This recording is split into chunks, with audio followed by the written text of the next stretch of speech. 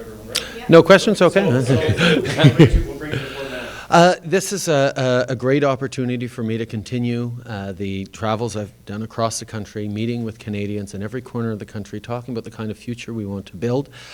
For me, obviously, the fact that we have a newly nominated candidate in the upcoming by-election, Kyle Harrietha, who I'm glad to stand beside and outreach to the community with.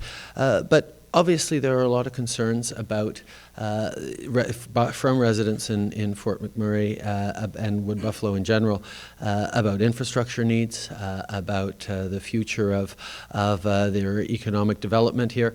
And I'm happy to be hearing them, learning them, informing them of the 87% infrastructure cuts to the Building Canada Fund that the government is announced as of yesterday. There are all sorts of concerns, and for me, this is about getting out beyond the Ottawa bubble and engaging with people on the ground as much as possible, and I'm glad to be back here in Fort McMurray.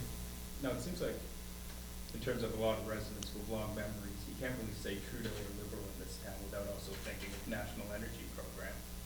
So, I mean, how do those events influence your outlook today on the oil sands and the environment? Well, I think one of the things that we've seen right across the country, whether it's been in by-elections in rural Manitoba, or even the tremendously positive response in a Calgary Centre by-election a couple of years ago, the West has changed. People have coming from every part of the country, and the outlook that Albertans have is different from the way they looked at a Trudeau 30 years ago and the way they do now. And I've been touched and humbled by the incredibly positive response I've had, but I've also been able to reach out. I made my very, very first campaign stop during my leadership run in Calgary to talk about the fact that I would never use the Western resources to buy votes in the East, and it's a mistake to pit any part of the country against another. And I'm proud of the way that we've been able to reach out to draw support on every corner of the country, and we'll continue to do so because we have a lot of hard work ahead of us. But I'm confident. So you feel the program was a mistake?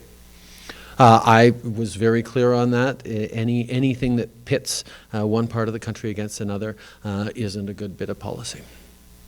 Now, I know you're kind of learning about the tar sands as you go along and everything that goes with it.